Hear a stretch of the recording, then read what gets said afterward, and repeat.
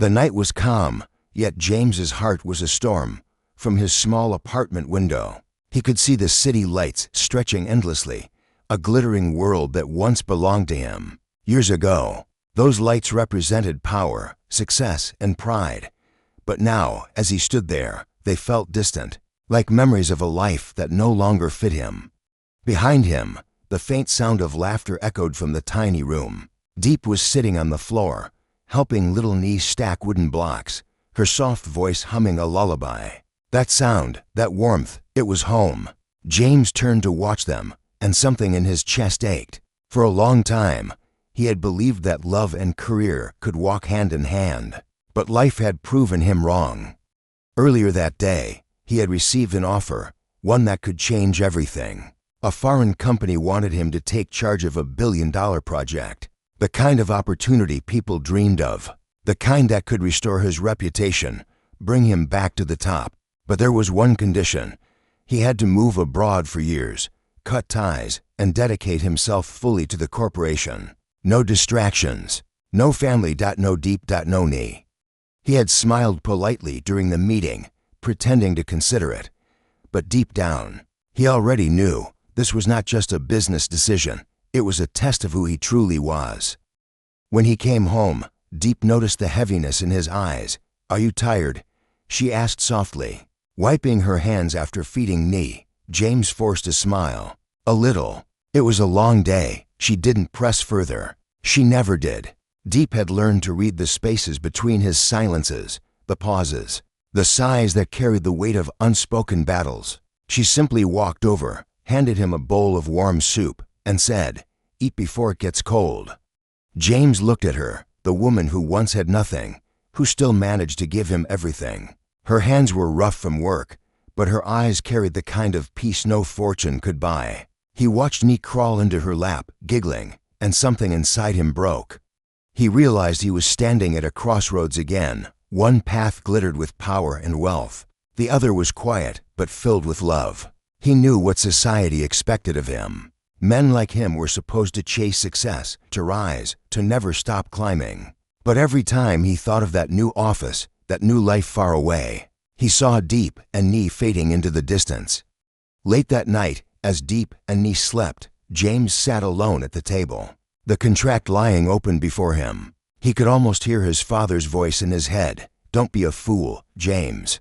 Family doesn't pay the bills." But then he looked at the small drawing Nhi had made earlier that day, a crayon picture of the three of them holding hands under a sun. Beneath it, she had written, with her crooked letters, "Me, Mommy, and Uncle James. Happy forever." James closed his eyes. His throat tightened. He reached for a pen, not to sign the contract, but to write a letter, the letter that would change everything.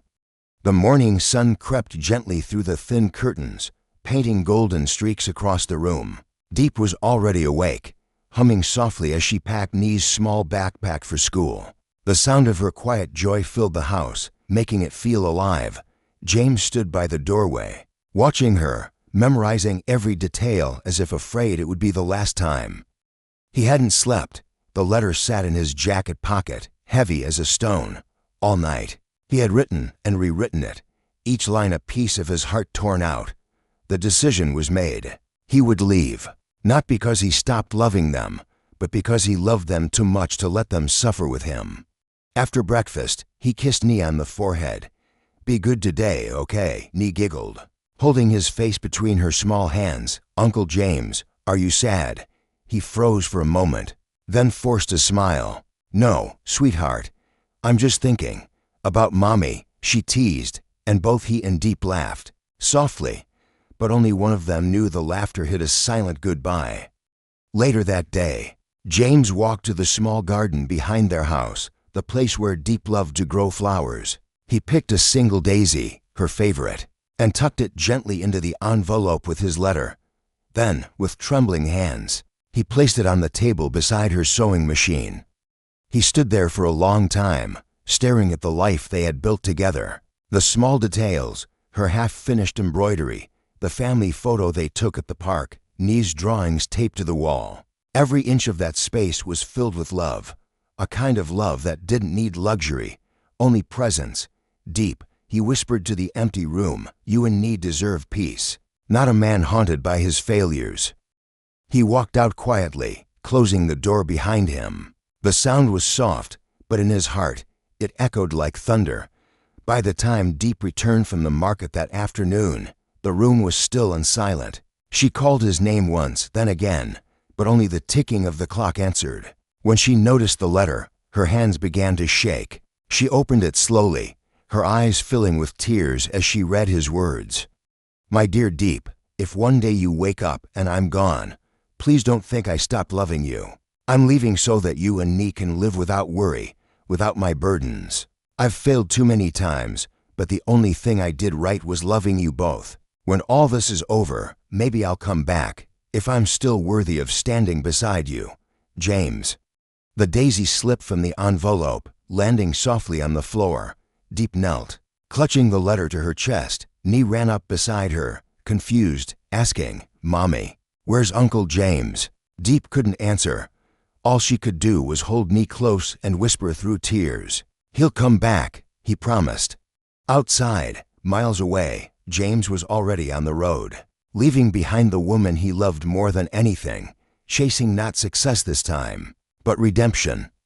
The city lights stretched endlessly, but to James they looked cold, a million bright stars that offered no warmth. The first few weeks were the hardest. He stayed in a tiny rented room on the edge of the city, its walls thin and damp. Every night, he lay awake, staring at the cracked ceiling, thinking of Diep and Nhi. Their laughter echoed in his mind like a dream he could never return to. Finding work was not easy. No one wanted to hire a man who had once been a CEO and then fallen so low. They called him overqualified, unreliable, even desperate, and maybe he was. But James refused to give up, not because he still wanted success, but because he wanted to prove that love had changed him. One rainy morning, he found work at a small construction site. It wasn't glamorous, his hands blistered from carrying bricks, and his back ached every night, but it was honest. Each drop of sweat was a reminder of what he was fighting for. During lunch breaks, he would sit on a pile of sand, pull out a worn photo of Diep and Nhi, and whisper, "I'm still here, still trying." Meanwhile, back in the countryside, Diep worked harder than ever. She sold handmade crafts at the market, saving every bit of money, always hoping James would one day come home. Nhi missed him too. She would draw little pictures of her mother, and James, and tape them on the wall beside her bed. "So Daddy won't forget us," she said one night, smiling sleepily. James didn't know that Diep never once blamed him. Instead, she prayed for him every night, believing that the man she loved was out there fighting his way back. Months passed. One evening, as James was finishing work, his boss approached him. "You're a hard worker. Lou, we're opening a small branch, need someone trustworthy to manage it. You interested?" For a moment, James couldn't speak. His throat tightened. After everything, the loss, the pain, the humiliation, someone finally believed in him again. That night, he stood by the city bridge, watching the reflection of lights shimmer on the water. For the first time in a long while, he smiled. The path ahead was still uncertain, but he had direction again. He took out his phone, opened his old messages, and typed a simple note he had been afraid to send for months. "Diep, I'm okay. I'm working again. I miss you and Nhi every day. I'll come home when I can stand tall beside you again." He pressed send. Far away, in their small home, Diep's phone lit up on the table. She picked it up, read the message, and tears filled her eyes, but this time, they were tears of hope. She smiled softly and whispered, "I knew you wouldn't give up." The rain stopped that night, and for both of them, it felt as if the sky had finally cleared. The morning James decided to return home, the city was still wrapped in a thin mist. He packed his small suitcase, just a few shirts, the worn photo of Diep and Nhi, and the courage he had rebuilt piece by piece. His hands trembled as he locked the door behind him. This time, he wasn't the same man who had left in despair. He had learned to live with less, to find meaning in effort, and to see strength in love rather than pride. The bus ride back to the countryside felt endless. Every familiar turn, Every passing field brought a flood of memories, the scent of Diep's cooking, Nhi's laughter echoing across the garden, the way their home always glowed warmly at sunset. When the bus finally stopped at the small station near their village, James stepped off and stood there for a long moment, breathing in the scent of rain-soaked earth. He was home. As he walked down the narrow dirt path leading to their house, he saw smoke rising gently from the kitchen chimney. The old gate creaked open just like before. Nhi was sitting in the yard, trying to tie a red ribbon in her hair. When she looked up, her eyes widened, and for a second, she froze. Then she screamed with joy, "Daddy!" She ran toward him, stumbling, laughing, crying all at once. James knelt and caught her in his arms, holding her tightly. The world seemed to disappear. All the pain, all the distance melted into that single embrace. Diep appeared at the door, her hands still dusted with flour. For a heartbeat, she just stood there, tears already streaming down her face. James looked up, meeting her eyes, the same eyes that had once held him steady when the world fell apart. "I'm sorry," he said softly, his voice breaking. "For leaving, for everything." Diep walked to him, her steps slow but sure.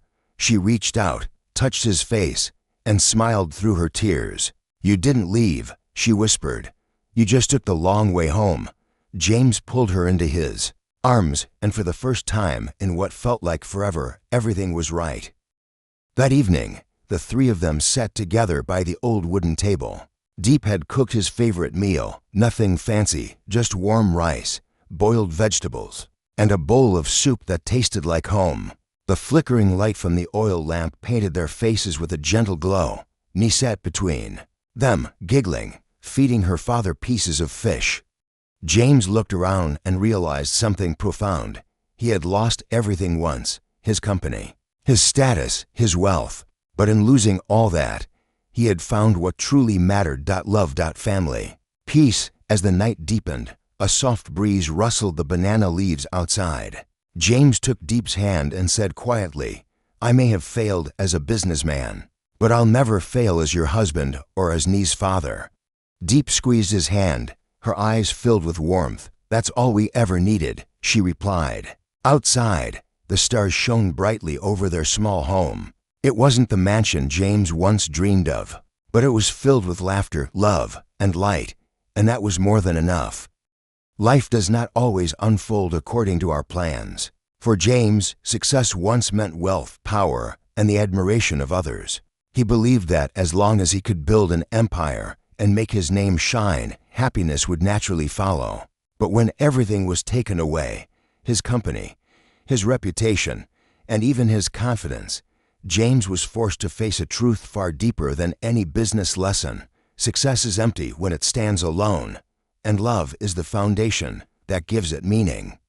In the darkest days of his life, James discovered what truly sustained him. It was not the applause of society or the comfort of luxury, but the quiet, unwavering love of Diep and the innocent laughter of their child, Nhi. They did not ask for riches or fame. They only wanted him present, kind, and whole. And in their eyes, he was never a failure, only a man who had lost his way for a time. Diep's patience became the light that guided James back from despair. She never shouted, never blamed him for the mistakes that had cost them everything. Instead, she believed in him when he couldn't believe in himself. Her love was not made of grand gestures, but of small, steady acts. A bowl of rice shared in silence, a gentle hand on his shoulder, a word of faith when he doubted everything. Through her, James learned that real love is not about perfection or comfort. It is about standing together in hardship, forgiving each other's flaws, and choosing to stay when walking away seems easier. Love, at its purest, is an act of courage, a daily decision to nurture hope even when the world gives you every reason to surrender.